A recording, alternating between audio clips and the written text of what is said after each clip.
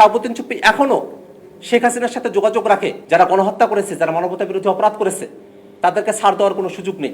জাতীয় যুব শক্তির যে কর্মসূচি, সেই কর্মসূচি আপনারা দেখতে পাবেন।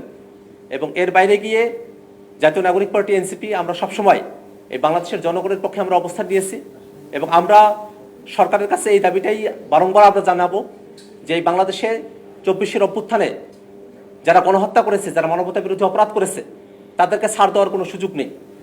শাহাবুদ্দিন চুপ্পু এই গণহত্যার পরেও যদি ছাড় পেয়ে যায়, এই বাংলাদেশে ফেসিবাদ কায়েম করার পরেও যদি ছাড় পেয়ে যায়, তাহলে বাংলাদেশে এই বিচার বিভাগের প্রতি, বাংলাদেশের সরকারের প্রতি, বর্তমান সরকার যারা আছে তাদের প্রতি মানুষের আস্থা থাকবে না। এই কারণে আমরা সরকারের কাছে এই দাবিই করব যে শাহাবুদ্দিন চুপ্পুকে অনতিবিলম্বে গ্রেফতার করে তার ব্যাপারে বৃহৎ পরিসরে একটা তদন্ত করতে হবে।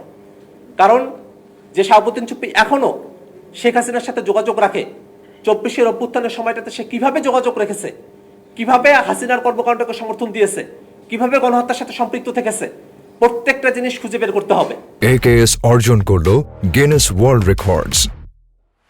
AKS হয়তো এতদিন পর্যন্ত রাষ্ট্রপতি পদে আসীন থাকার কারণে রাষ্ট্রীয় বাহিনীগুলো তার ব্যাপারে তদন্ত করার একটা আইনগত সুযোগ পায় নাই, কিন্তু আমরা মনে করি এখন রাষ্ট্রীয় বাহিনীগুলো যেগুলো আছে তাদের এই সুযোগটা রয়েছে। এবং দ্বিতীয় কথাটি হলো, বাংলাদেশে যে আন্তর্জাতিক অপরাধ ট্রাইব্যুনাল আছে, সে আন্তর্জাতিক অপরাধ ট্রাইব্যুনাল তারা এই গণহত্যার বিচার নিয়ে এখন তাদের দায়িত্ব রয়েছে।